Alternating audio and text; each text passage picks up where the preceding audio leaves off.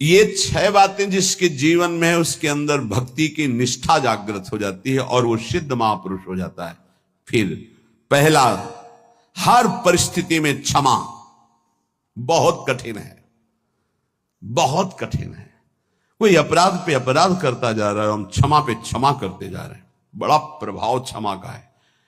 आप तो क्षमा कर रहे हो, उसका परिवर्तन शुरू हो जाएगा। क्षमा में इतना बड़ा बल है कि जो अपराध कर रहा है उसका परिवर्तन हो जाएगा। क्षमाशील ही परिवर्तन कर सकता है। क्रोध करने वाला या दंड देने वाला महान नहीं माना जाता, क्षमाशील महान माना जाता है। दूसरा, कभी भी किसी भी परिस्थिति में समय व्यर्थ न जाना, वस्तु व्यक्ति स्थान के संयोग में। तीसरा, कोई भी भोग सामग्री समीप फिरी पर नहीं भोगना प्रभु के। मेरे प्राप्ति के लिए मेरा भक्त सब सुखों का त्याग करता है, भगवान ने कहा। जो पवित्र भोग हैं उनको भी आवश्यकता के अनुसार ही, विधि भोग हैं जिनका निषेध नहीं किया गया, धर्म पूर्वक भोग सकते हैं, उनको भी आवश्यकता के अनुसार जितना कम से कम सेवन कर सके। चौथा, सम्मान को विश्वत, नीच पुरुषों द्वारा किए हुए अपमान को अमृत मानकर निराभिमानी रहना। पांचवा, निरंतर अपने गुरु प्रदत्त उपासना में आसक्त और इष्ट देव पे आसक्त, जो गुरुदेव ने बताए।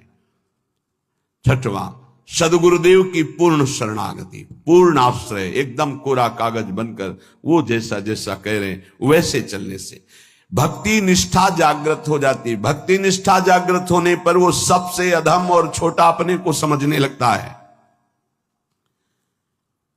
अपने को इतना तुच्छ मान लेता है कि उसके भजन सेवा सद्गुण जितने हैं उनका उसके अंदर अभिमान ही नहीं आता। इसी कारण वो सिद्ध हो जाता है।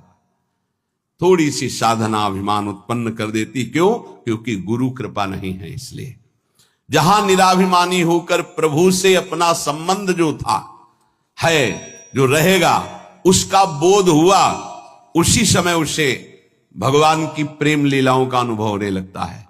कभी रोना नहीं आता किसी को, मेरे साथ प्रभु कितनी कृपा कर रहे हैं, कभी रोना नहीं आता है। कैसा कपटी संसार है। गुरुदेव अपनी महिमा से उतर करके, नीचे उतर करके हमारे जैसे बनकर हमसे संभाषण करते हैं, हमें प्यार दुलार शासन करते हैं। कभी एकांत में किसी को गुरु के प्रति रोना आया? मोटे मोटे आंसू सामने गिरते देखते हैं अपनी वासना की पूर्ति के लिए, अपने मन की शांति के लिए, हमारे मन को सुख मिले, बस। कभी ये रोते कि अहो कृपालु, करुणा में आपका कैसा स्वभाव है, हे स्वामिनी आपका कैसा स्वभाव है? कभी ऐसा